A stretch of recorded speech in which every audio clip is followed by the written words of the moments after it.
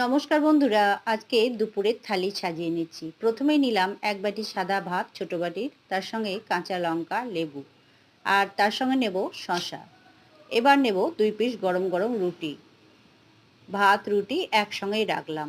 আর করেছি মসুর ডাল, একটু পুরুভাবেই ডালটা করেছিলাম, ফোড়ঙে 5 ফোড়ন, কাঁচা লঙ্কা। আর আজকে করেছি শিম ভর্তা, চিংড়ি মাছ দিয়ে শিম ভর্তা করেছি, সাথে পেঁয়াজের বেরেস্তা। এই শিম ভর্তা খেতে কিন্তু দারুণ লাগে, অপূর্ব স্বাদের হয়েছিল। আর আজকে সবজির মধ্যে আছে বিট গাজর মটরশুঁটি দিয়ে একটা তরকারি। এই তরকারিটা কিন্তু আমার মা খুব ভালোভাবেই করতো।